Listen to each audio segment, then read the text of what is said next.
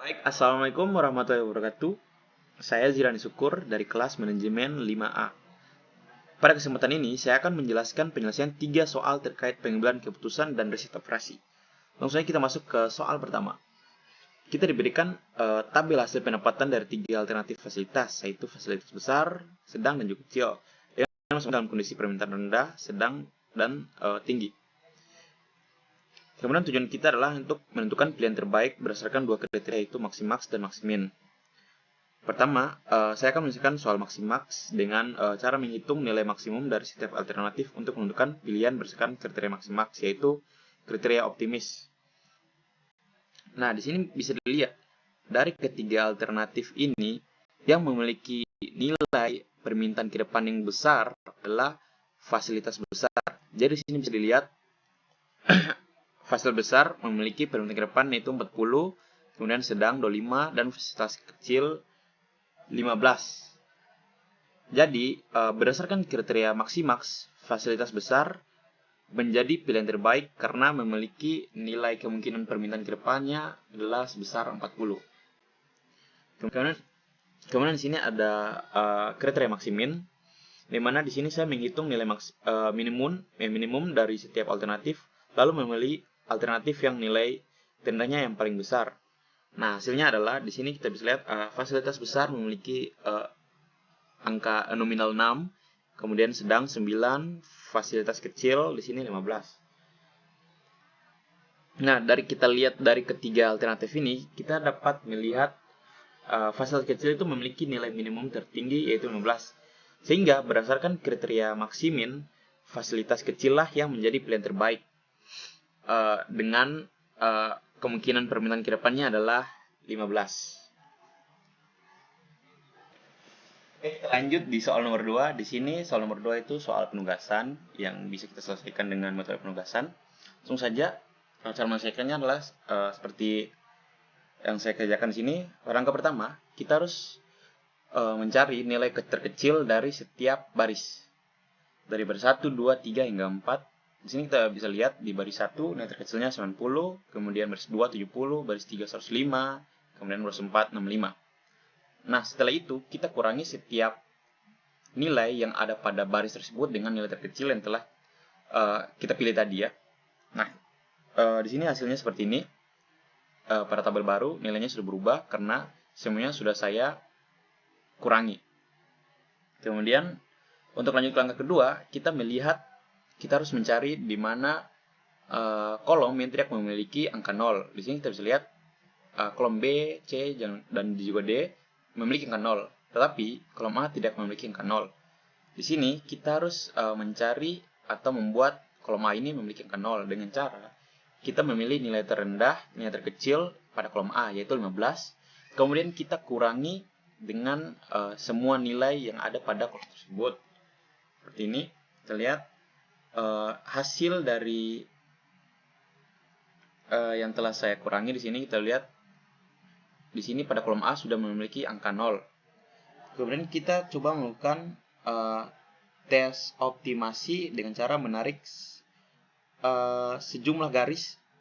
Yang mana ini rumusnya itu jumlah garis itu harus sesuai dengan jumlah baris atau kolom. Nah, di sini kita bisa lihat garis yang bisa kita tarik hanyalah 2, 3 garis. Namun di sini kita masih kurang satu garis. Karena kenapa? Karena garis yang bisa kita tarik yaitu ketika baris atau kolomnya itu memiliki angka 0, 2, angka 0, 2 atau lebih dari 2. Di sini angka 0 yang memiliki 2 0 atau lebih dari 2 itu hanya pada baris 4, terus baris 3, kemudian kolom B. Yang dimana di sini kita masih kurang satu garis. Nah, jadi kita masuk ke langkah selanjutnya, yaitu langkah keempat, yang dimana kita harus mencari agar bagaimana garis tersebut sesuai dengan jumlah kolom atau baris.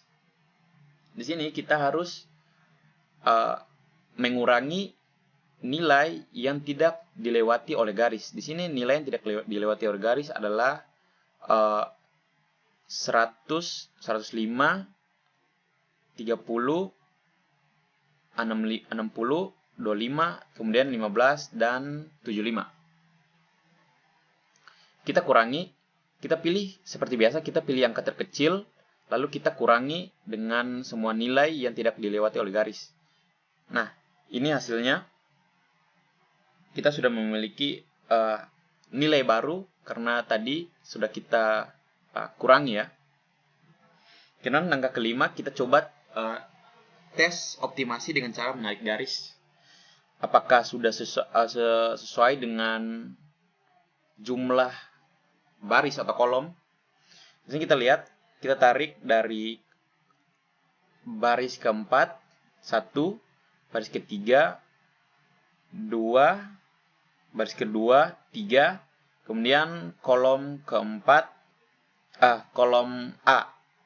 Jadi di sini kita sudah mendapatkan 4 garis, yang artinya ya sudah optimal.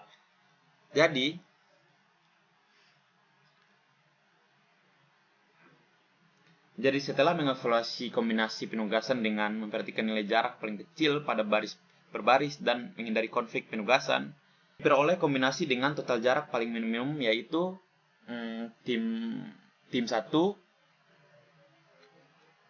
ke lokasi B, tim 2 lokasi A, tim 3 ke lokasi C, kemudian tim 4 lokasi D. Total jarak dari kombinasi ini adalah 190 tambah 120 tambah 140 tambah 120 sama dengan 400, yang merupakan jarak minimum dibandingkan opsi lainnya. Jadi kurang lebih seperti itu penyelesaian soal nomor 2. Kemudian kita masuk ke soal terakhir. Pada soal ketiga, kita diminta menentukan distribusi barang dari 3 pabrik menuju 3 lokasi konstruksi dengan tujuan meminimumkan biaya pengiriman. Langkah pertama, kita memastikan bahwa total supply sama dengan total demand, yaitu masing-masing sebesar 280 ton. Seperti yang kita lihat di sini sudah saya hitung dan hasilnya sesuai, yaitu 280 ton. Kemudian metode yang saya gunakan di sini yaitu approximation method. Di mana metode ini bekerja dengan menghitung penalti pada setiap baris dan kolom, kemudian memilih penalti terbesar, lalu mengalokasikan barang ke sel dengan biaya terkecil pada baris atau kolom tersebut. Seperti yang telah saya lakukan di sini, di mana seperti langkah-langkah tadi yang saya jelaskan, yaitu menghitung penalti pada setiap baris dan kolom, terus memilih penalti terbesar, kemudian mengalokasikan barang ke sel dengan biaya terkecil pada baris atau kolom tersebut. Nah, setelah seluruh supply dan demand terpenuhi, dapat diperoleh alokasi berikut, yaitu